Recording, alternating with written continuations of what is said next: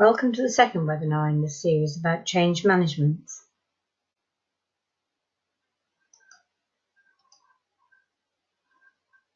The aims of this second webinar are much as the first, that is, to enhance your knowledge and understanding of change management models and theories, to explain the most popular change management models and theories, and to provide an overview of the pros and cons of each.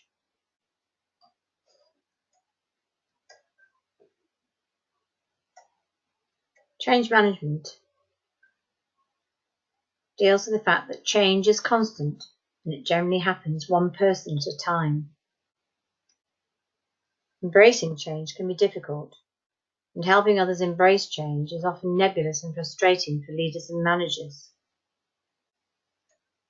However, to achieve meaningful change in communities and organisations, leaders need a simple way to understand and influence change, identify the causes of resistance, and help individuals successfully transition. This is where change management models are of an immense help. In the first part of this series, we looked at Lewin, McKinsey, Kotter, and nudge theories. The common themes were communication, giving reasons for change, involving teams, being transparent about what you were doing, and celebrating small wins. As before, I'd like you to take note of the similarities and differences between these four models that I'm presenting to you now. And I'll make sure that I sum up the pros and cons at the end of the session. So we're going to look at ADKAR, Bridges transition model, the Kubler-Ross, change curve, and the SATAR change management model. The ADKAR model is a goal-orientated model which makes it possible for the various change management teams to focus on those steps or activities that are directly related to the goals it wants to reach.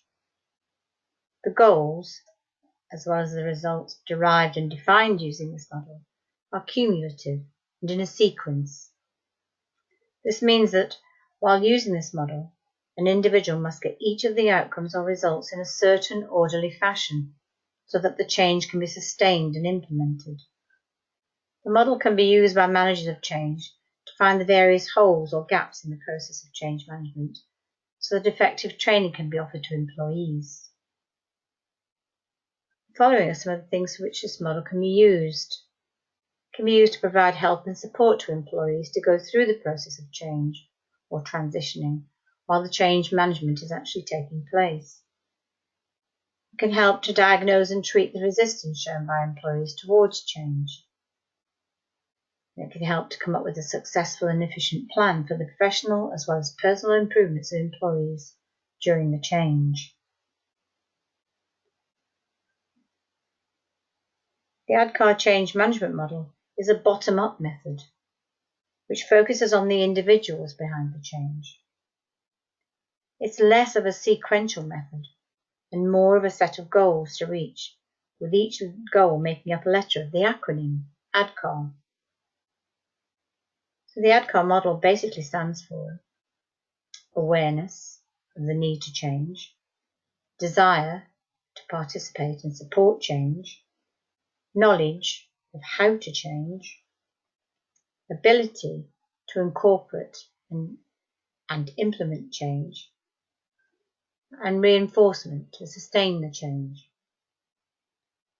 By focusing on achieving the 5 goals, the ADKAR model can be used to effectively plan out change on both an individual and an organisational level. Let's look at the first of these acronyms.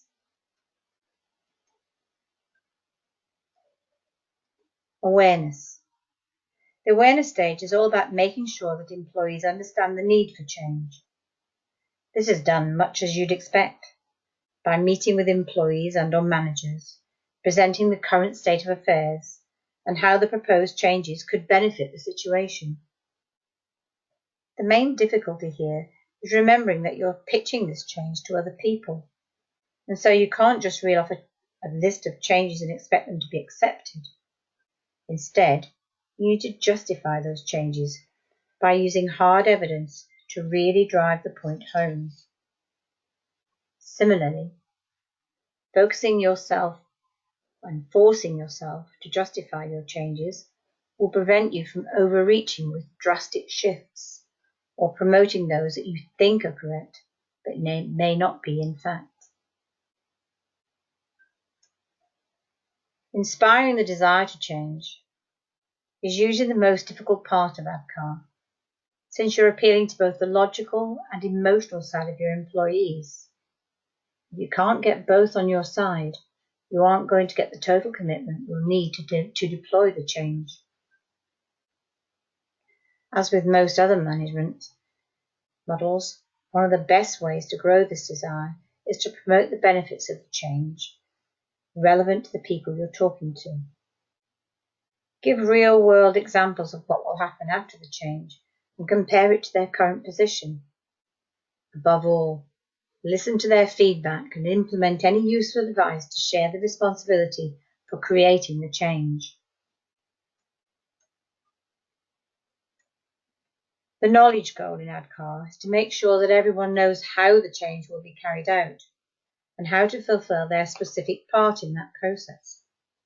Here, there is a need to break down the change into steps and analyse what various employees will need to know in order to complete them all. Once this is known, the team or teams need to be taught how the change will be completed and what their part in the process is. While it might seem like knowledge and ability are the same thing, the time it takes to go from knowing how to complete a task to being able to carry it out can be quite immense. Just because you know how to do something doesn't mean you're good at it. So as such, you need to check the ability of each employee and assess whether they need extra experience or knowledge in order to reliably complete their tasks. The required knowledge and ability to achieve change can also be limited by creating a documented process which anyone can follow, no matter their skill set or experience. This will make the changes more consistent and measurable, since most variables can be locked in a constant state. Reinforcement here means implementing incentives and rewards to make sure that the change is maintained until it becomes the new norm. Remember that it's a good idea to identify any mistakes in this stage as early as possible to prevent a flawed method becoming the employee's default. Let's look now at Bridges' transition model.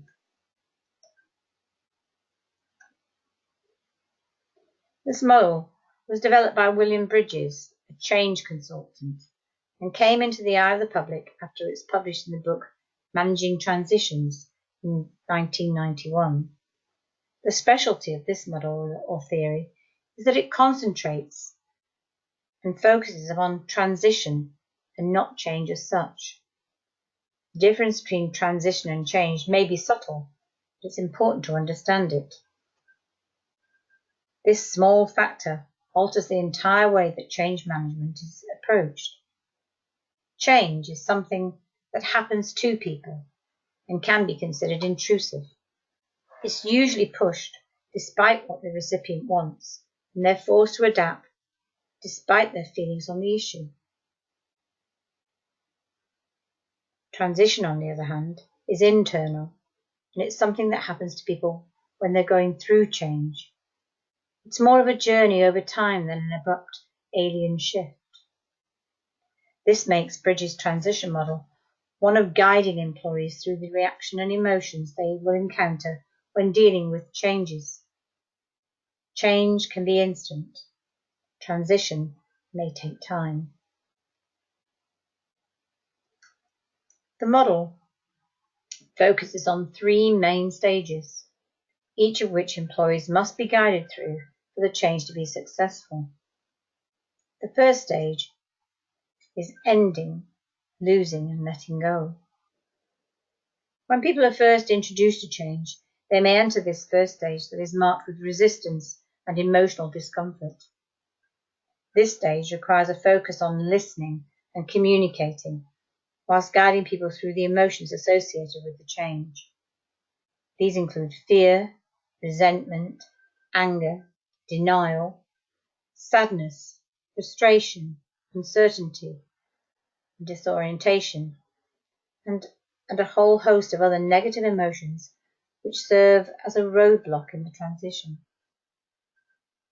One has to realize that she or he is coming near to a certain end so as to accept new beginnings. It is crucial that employees are given a clear idea of how their skills and knowledge will transfer to the new activities. Make sure that anyone who needs to can reach out to a support channel, through a knowledge base or a mentor, and listen to what the employees have to say on the subject and take on board whatever feedback they may have.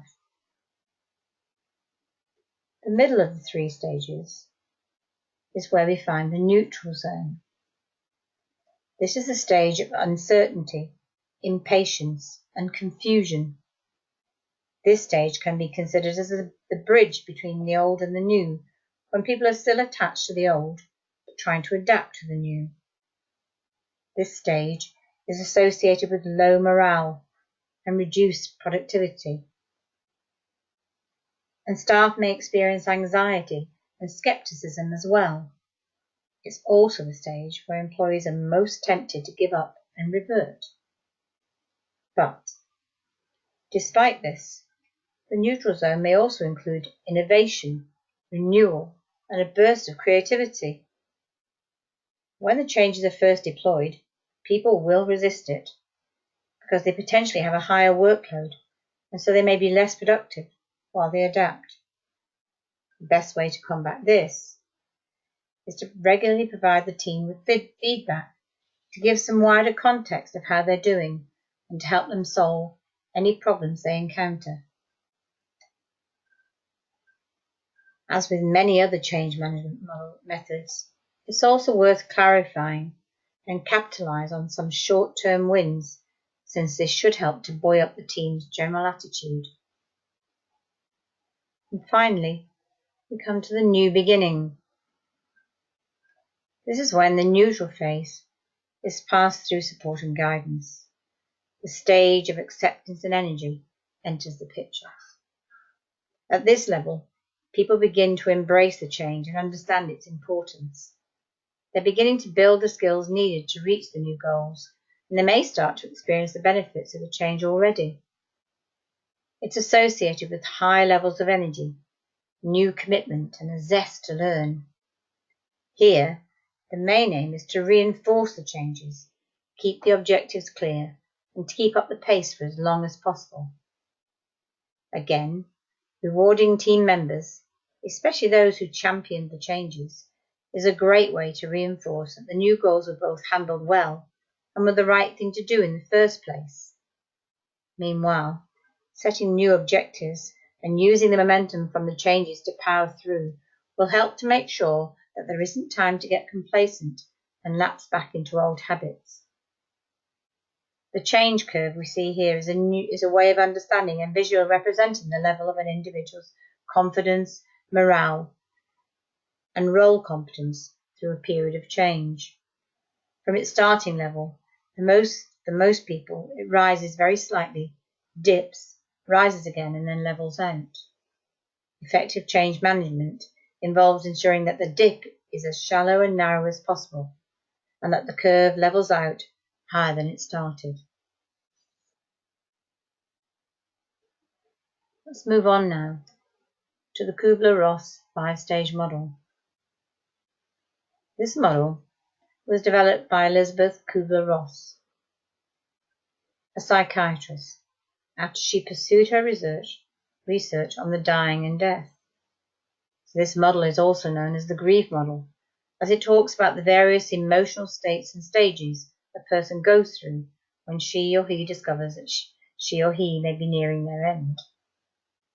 The model can be applied to other life situations such as loss of job, changes in work patterns, and other less serious health conditions.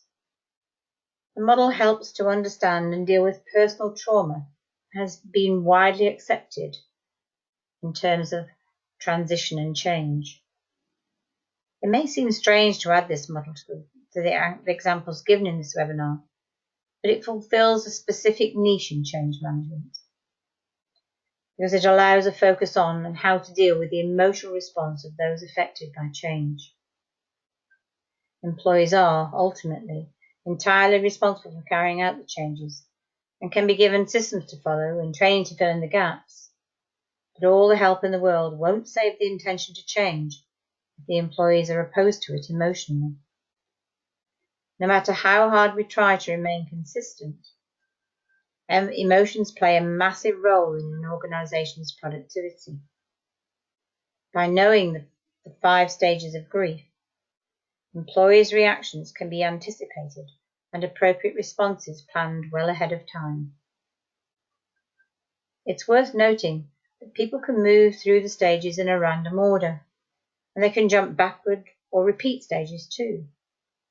As such, it's important to know how to deal with each step and encourage progression to the next smoothly.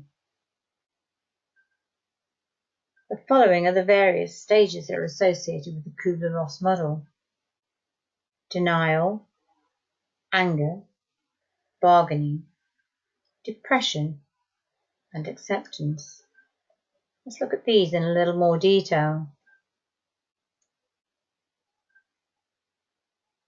Denial is the first stage of the model, and it's when one is unable to accept the news. It is like a buffer or defense that a person tends to create due to the inability to absorb the news. One may experience shock as well as a sense of numbness during this stage, and this happens because every person shows resistance towards change and may not want to believe what is happening. Denial is usually short-lived and involves team members dismissing that the change needs to happen, why it will happen, and what will happen if it occurs, and even that it will happen at all. Employees, therefore, need to be allowed to take things gradually and not be swamped with too much information or too severe a change. If there's too much change at once, then they will naturally rebel against the thought. If employees are going through denial about the changes, you need to focus on open communication and taking the transition slowly in order to bring them around. The next stage is anger. This is when the news actually gets absorbed. Denial can often pave the way for fear to settle in, which in turn can lead to anger. The denial converts into anger when one realizes that the change will actually affect them and it's for real. This could be anger at the changes, anger at the decision made to make the change, or anger at colleagues for accepting it, and so on. One starts looking for someone to blame during this stage, and for different people, there can be different ways of directing anger.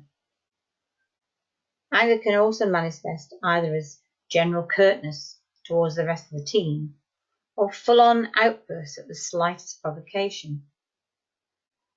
While awkward and destructive, this anger is understandable. Change takes people out of their comfort zone, and doing so puts them on the defensive, often making them lash out in the process. The key here is to realize that this is natural and to plan in advance for it. If it's known that a particular employee is more likely to get angry, either by having the brunt of the changes or because of their nature, then extra care should be taken to provide communication and support so as to limit their anger. If they blow up, continue to provide support to stop things getting too much out of hand.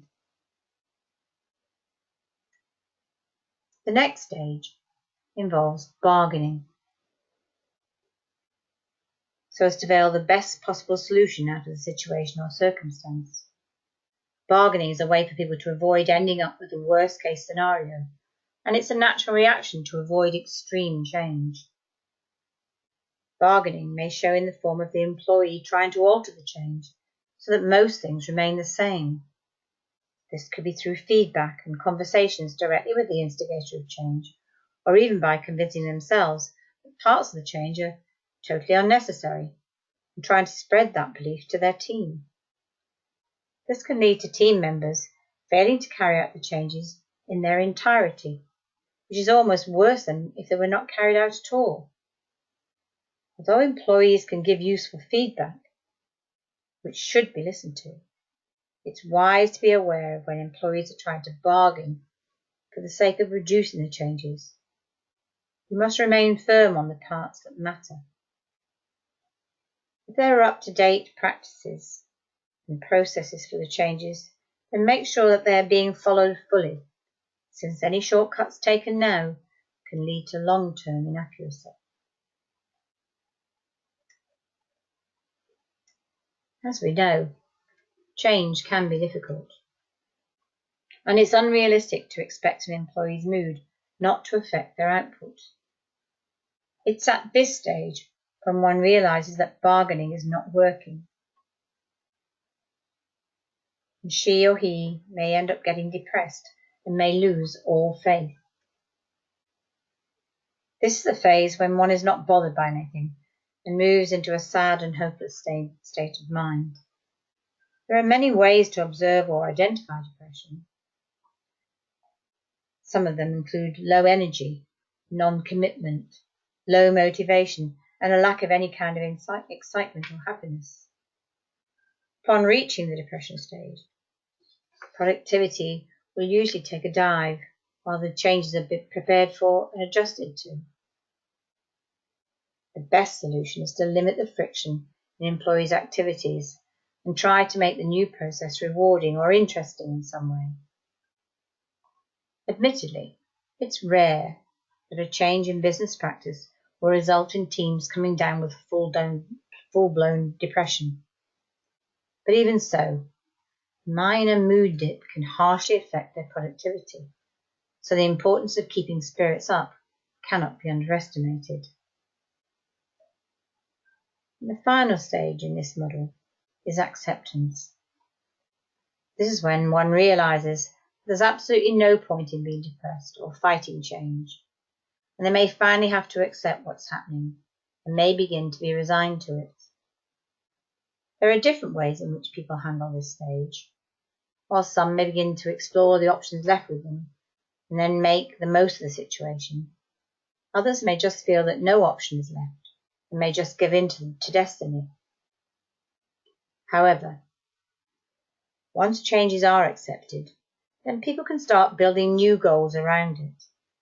If they fully subscribe to and understand the change itself, they might even experience a boost in productivity when it comes to this stage, since they might be able to build ambitious new goals with the new changes in action.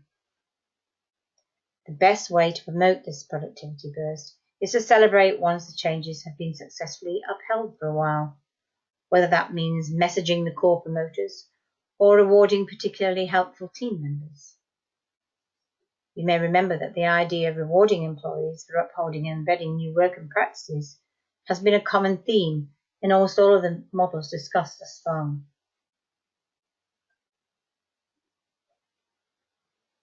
And now we come to the SATA change management model.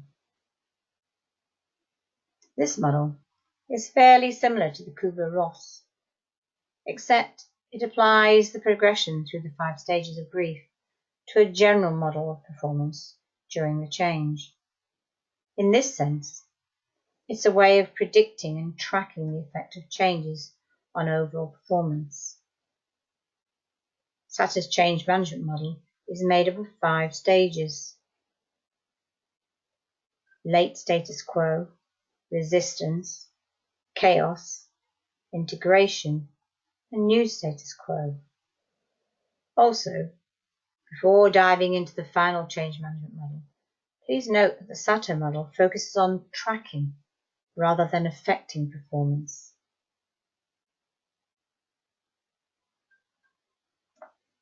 Late status quo is where things currently are and how they're done.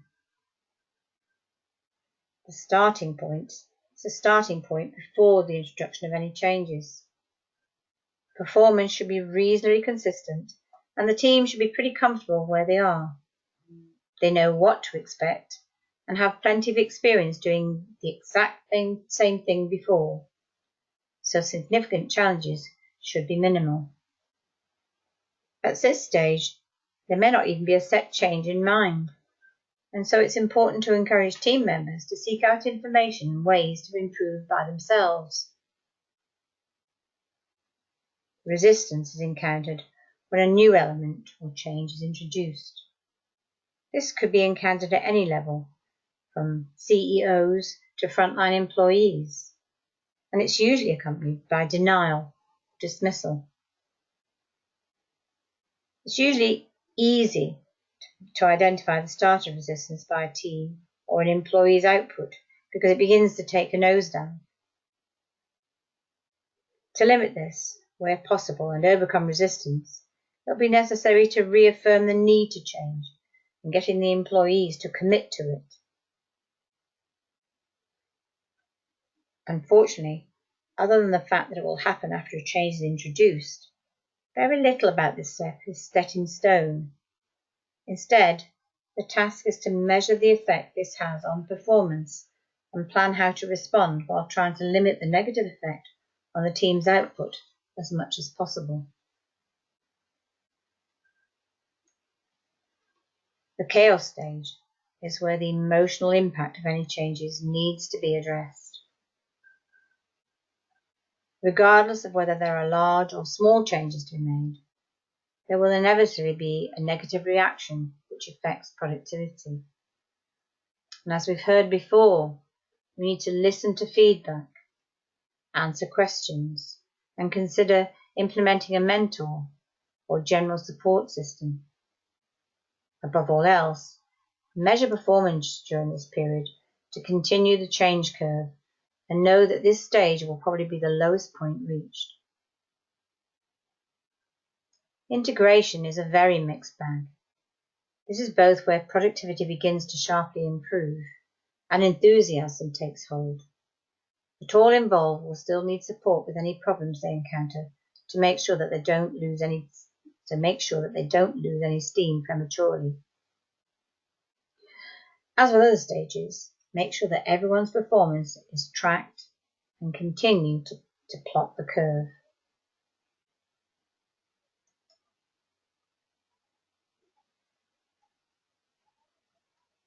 Once the change becomes the norm, there will be a new status quo, hopefully resulting in a higher level performance than previously. It's at this point that an analysis can be made of the effect of the change and whether the process was worthwhile. By checking the overall effect of the change on performance, solid proof can be provided that the operation succeeded or failed, and it should now be possible to pick apart why that result happened. In turn, what is learned from the success or failure can be used to influence further changes and predict what will be more effective in boosting performance. Let's look now at the pros and cons of each of those theories. Let's begin with ADKAR. ADKAR is a bottom-up approach which focuses greatly on employees, in turn speeding up the rate at which changes can be reliably deployed. By giving a set of goals to meet without a specific method, ADKAR provides a flexible framework which can be applied to almost any situation. This flexibility also makes ADKAR great for deploying incremental changes, since small, frequent changes are less disruptive and can be planned out to achieve a larger shift over several ADKAR cycles. The added focus on the people and their needs, rather than just the technical aspects, also results in a higher success rate for the changes made.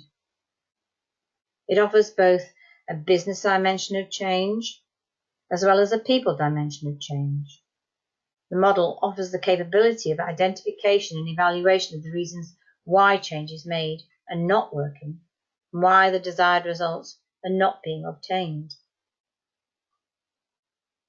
The model makes it possible for one to break the changes into different parts and then figure out the point where change may not be as effective as planned. ADKAR is a great model for cutting through any complicated setups and getting straight to the point with how to improve employees' reaction to change. As long as you already know what you want to change and why it's important to do so, you can deploy ADKAR with a fair amount of confidence. While it's suited to incremental change, ADKAR is left lacking when it comes to large-scale alterations. This is largely down to the style of ADKAR being bottom-up, since any macro management is either ignored or taken for granted. In other words, ADKAR requires you to know what you're going to change and then have the drive to push for it. Remember that ADKAR is severely lacking in terms of a high-level plan.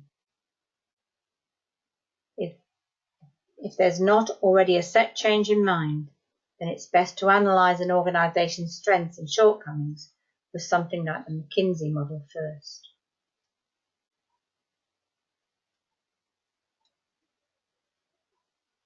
The Bridges transition model closes the gap between management and the rank and file employees. It takes a very personal approach to helping everyone adapt to changes by considering their emotions and reactions, which is rare, at least to this degree, in most management models.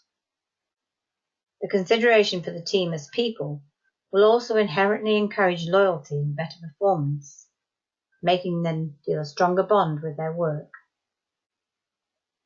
As with several other models, Bridges contains no real actionable steps and no set timeline or conditions for moving from one stage to another. It's once again more of a transition checklist or guideline to help manage employees than a step-by-step guide on implementing change. As the name suggests, Bridges' transition model is useful for guiding a team through a period of slow improvement, transition. In other words, this model is effective when applied to core employees, be they managers or an entire team in a small company, in order to ensure successful change with the core players promoting it. Beyond that, Bridges' model can be useful for predicting the general effect of changes in the mood of the workforce, and therefore the effect on productivity. Unfortunately, it lacks the heavy management aspect that a large-scale change or company requires.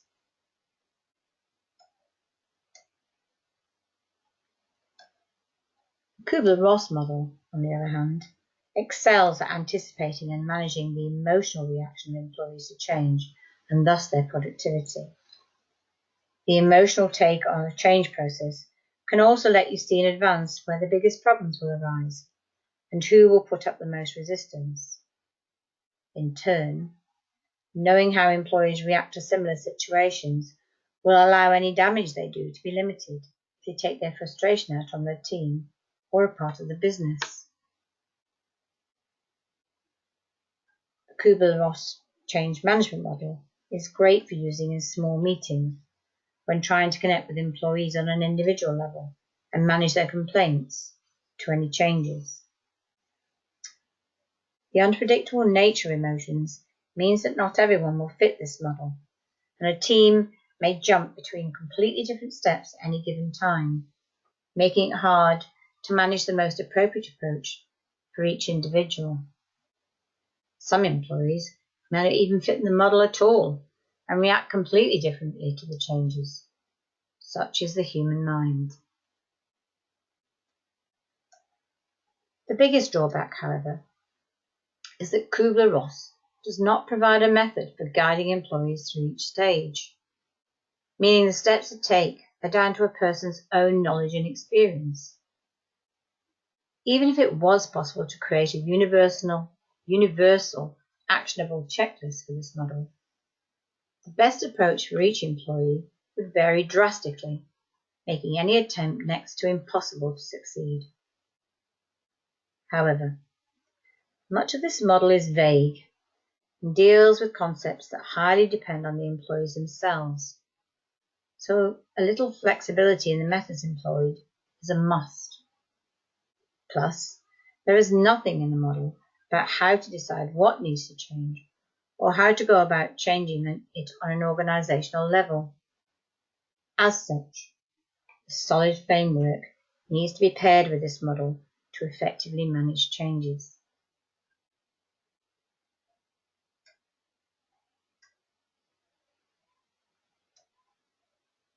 The SATA change management model, like Kubler-Ross, can be good for anticipating the impact of change before it happens, and even for justifying the change to employees as they go through the chaos phase. If they can be shown that the turmoil is only natural, they'll be more willing to stick out the changes.